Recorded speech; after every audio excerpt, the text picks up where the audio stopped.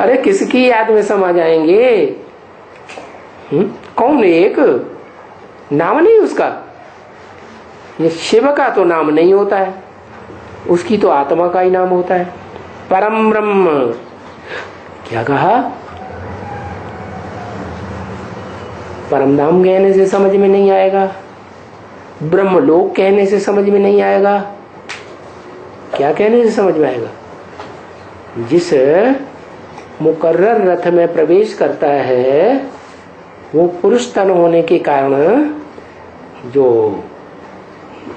संगठन ब्राह्मणों का बनता है उसमें कन्या माताओं को संभालने के लिए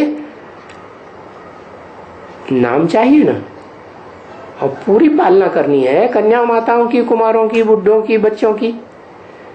तो परम ब्रह्म नाम दिया, लेकिन तन पुरुष का है, इसलिए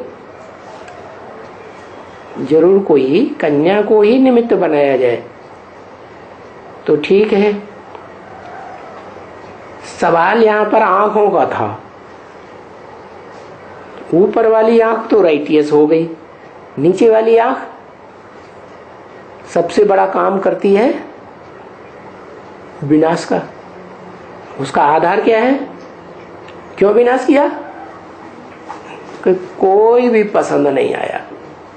क्या? कौन पसंद आया फिर? अरे कोई पसंद आया कि नहीं आया? वो जो आत्माओं का बाप है वो ही पसंद आया, बाकी सब बेकार। अरे बेकार है, अकेला रहेगा, वो ऊपर वाला तो चला जाएगा। वो किस लिए आता है? चैतन्य आत्माओं को सुधारने के लिए आता है कि जड़ जीव जंतुओं को सुधारने के लिए आता है, जड़ तो बुद्धि वालों को है? वो तो मनुष्यों को ज्ञान सुना के चला जाता है?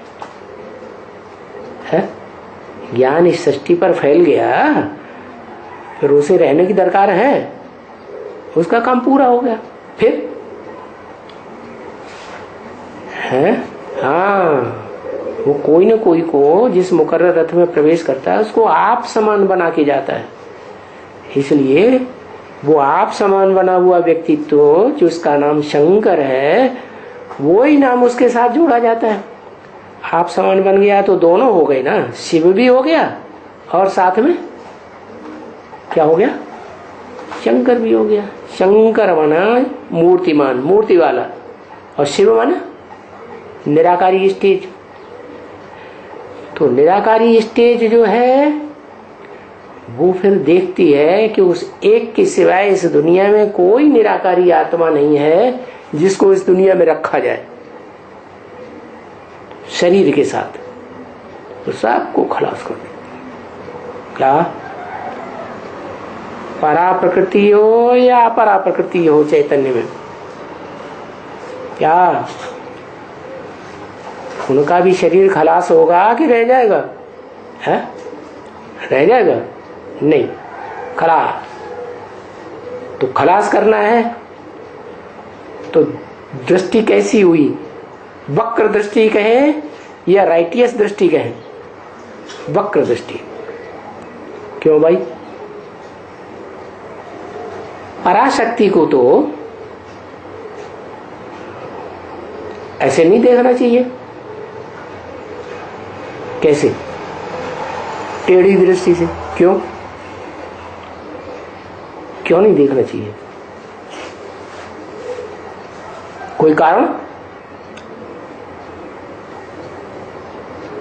वो तो आत्म भाव वाली है ना, कि देह भाव वाली है? परा प्रकृति आत्म भाव वाली है ना। तो जब आत्म भाव वाली है तो देव भाव में रहती है या नहीं रहती है? ब्राह्मण जन्म में है? नहीं रहती है? देव भाव में नहीं रहती। अरे ज्ञान इंद्रियों से देव भाव में आती है या नहीं आती है? अरे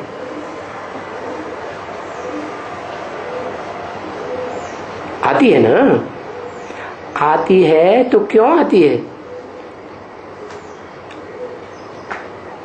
क्योंकि वो भी किसको अपना बाप मान लेती है? ब्रह्म भव। परम ब्रह्म को वो भी नहीं पहचाना कि वो माता भी है पिता भी है। परम ब्रह्म वाला जो साकार रूप है उसमें पिता भी है, परम पिता जिसे कहते हैं परम पुरुष। पुरुषों में सबसे अति श्रेष्ठ, श्रेष्ठतम शिव, और जिसमें प्रवेश किया वो शरीर भी है।